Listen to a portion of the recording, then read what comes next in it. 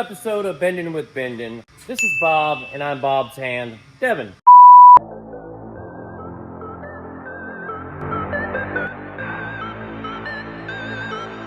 '23 is Zuzu FTR. Plus mistakes, I got hit in the gearbox. So as you can see here, this truck took a pretty hard impact right here in the front, right at the gearbox. Now I kind of like these little Zuzus. They're pretty cool. The FTR series is actually a really good truck. It has actually a 317 cubic inch 4-cylinder diesel in it, as you can see there. So the last video I did, we talked about doing the twist and how to check and see if you had a twist in a truck. Let's do some eyeballing and let me show you some things that are dead giveaways to whether or not you have a side sway in the truck. One of the things we want to look at right here is you'll notice that our box is actually sitting on the frame right here, all the way down pretty good, in the right position. When looking at the front of the truck, if you look down the body line of the truck, the box disappears on this side. You see that? You can see the box sticking out past the cap. So that means that this front end is pushed over considerably. When this truck came in, I looked at it as it was being set down by the wrecker, and I was like, that truck's bad. Cha-ching!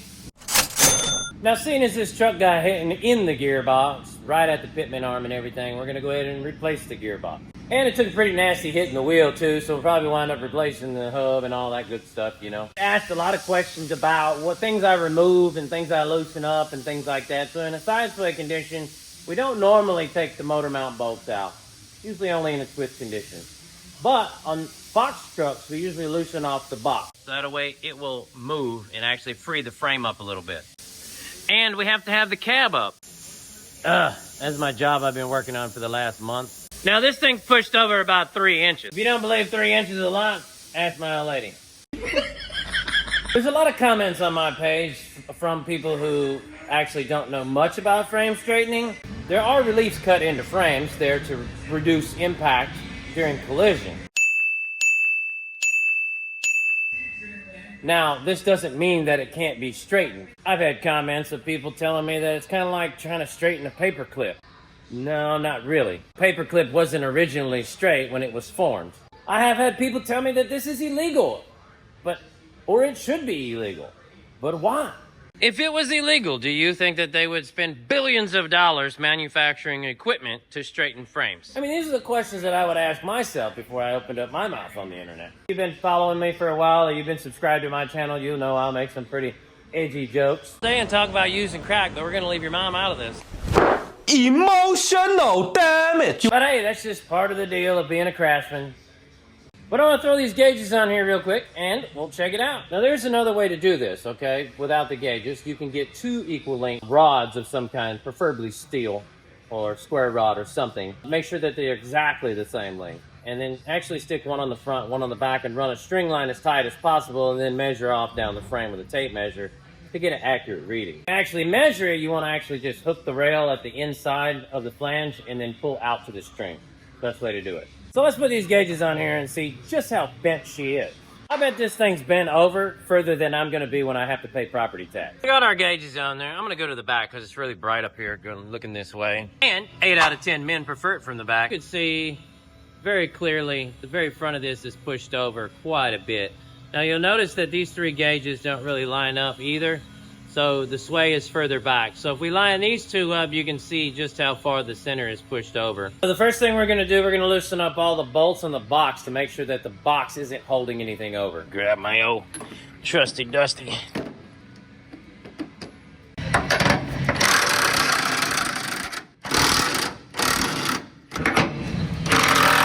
We placed our gauges and loosened our box up. Our gauges really didn't move that much. Box kind of shifted around a little bit, but this is how we're gonna have to go. We're gonna put a dead leg right here. There's a cross member right here. So we're gonna have to take this def tank off and the brackets and everything to get behind it. We're gonna come all the way to the back, right here with the other dead leg on the other side. We're gonna watch the gauges because we need this gauge to move faster than this gauge, but we need to move the front. So we're gonna push through right here and allow this gauge to move with it, but the front's gonna come around a lot faster.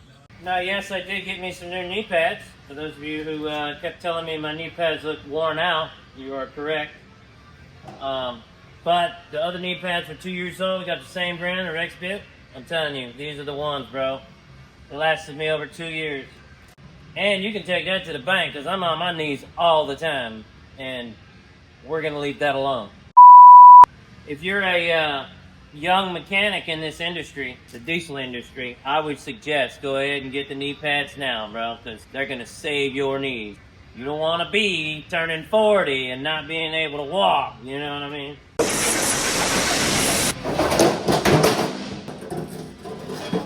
I got so many guys on here, it's hilarious. They talk so much crap about my hair being so long. Like, button your shirt and cut your hair. Listen here, Baldy. Okay? I don't have to. Ha!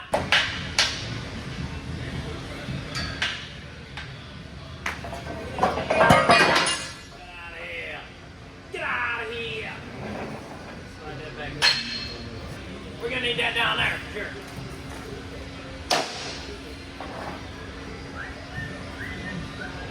Clean it up underneath this side.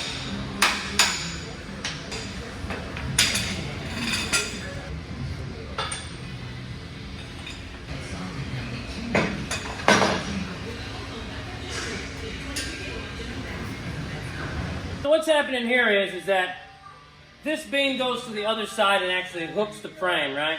We use a cylinder to push it through, right? So the truck needs to go this way. The front needs to go that way more.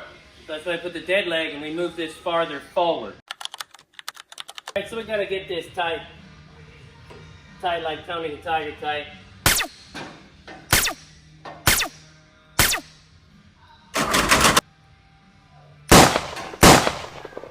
Did get me a new hammer. And a nice red one. My other one was breaking right here, so they warranted it.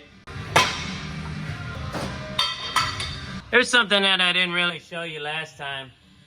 This thing has a slider on it, right? That you lift up weight off of the rear housing, so that way the wheels will slide back and forth, so that way it doesn't jam up and give you a false reading. Now on our back here, we got some lift plates right here. We do have a higher knee brace here in the back. It's going above, which is really not anything here but to hold the back end of this thing. Now if you notice right here, we have this pretty thick 3/4 inch plate right here. This is because we need to make sure that we support a wider width. Otherwise this could actually put a dent in the top or the bottom of the rail. You always want to make sure that you push right over the center of a cross member, okay? You don't want to push out here because it will bend right here, okay? So you need that extra width and support from that other cross member. If you do happen to miss the cross member, you will bend that thing over right there harder than a Johnny Sins video, okay? Please don't go look up Johnny Sins. He was a great American actor, probably an American icon. He was a doctor, a lawyer, astronaut, airplane pilot, all kinds of different things. He was a construction worker, jack of all trades, if you know what I mean. All right, let's talk more about our traveling leg on the other side. Well, I started to take the def tank off and kind of got the wrong line and stuff like that, but then I realized that the cross member is actually ending right here, so I went ahead and put the straight leg right here up against the frame, so that way. But we're not above the frame rail into the boxwood. You want to keep that going. You want to keep that just below there, so that way this thing will travel. Box we can straighten out later. Make sure this is tight. There we go.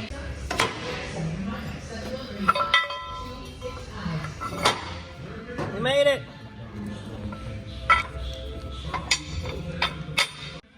Let's push the button. Almost forgot. We don't want to push a twist into this thing. So what we're going to do is I'll show you guys real quick. Here we go. Let me just show you. Get another one of those. All right, so we're going to put this right here. Get this thing here. Just like that. Push that up. We want to make sure that it's level. Actually, just a little past. There we go. We put that in there is because we're pushing into it, and as it pushes in, it's going to try and roll under, and that being up against that leg over there, it's going to bring this side down. So it will actually bend the rail with a twist in it. So we don't want to do this. We want to pick it up level in the front, and then actually push the rail just past, a little past, and then push the rail. All right, let me grab this button, and we're going to push this thing like salt and pepper. Push it. Right there. One of the things that you want to do first, you want to do a test push. Now you come over here and you check it here, here, in the front gauge, in the rear gauge. What you want to do is you want to check it in these two center gauges and watch it here and here as it moves, okay? So as it moves, you need to see if any gauge is moving faster than the other and at the right rate of speed. And at some point, all 4 of these gauges will line up perfectly, right? And when that happens, you know you're in the right spot.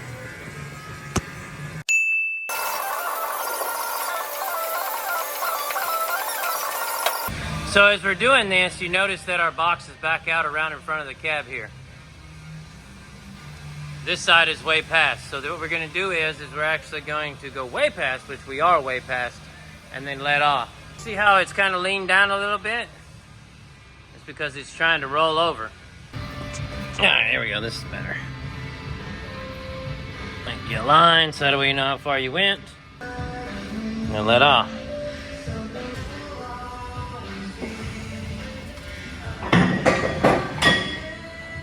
Don't worry about those noises, it's just the sound of frame straightening. All right, so if we look right here, you'll notice that we are past on this 1 gauge, which kind of suggests that it is pretty close. So what we're gonna do is we're just take everything off and drive it around and see how far it comes back. It will come back a little bit, hopefully not too much. I mean, if I got it on the first pull, I mean, I'm doing pretty good, but you know, we'll have to check it. We'll have to set the cab down, see what it looks like. We'll have to take it and drive it around. I'm gonna put you in a high-speed montage of me just tearing everything down real quick. Much like Fred Durst used to say, let's roll it. Roll it with a high speed.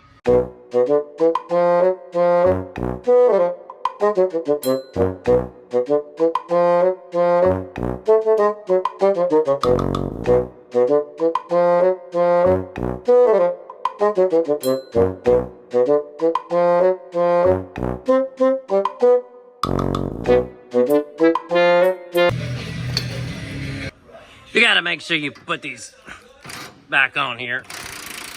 Whenever we first lifted this up, the cab actually wouldn't open because the latch there was hung up because the cab was pushed so far over. So,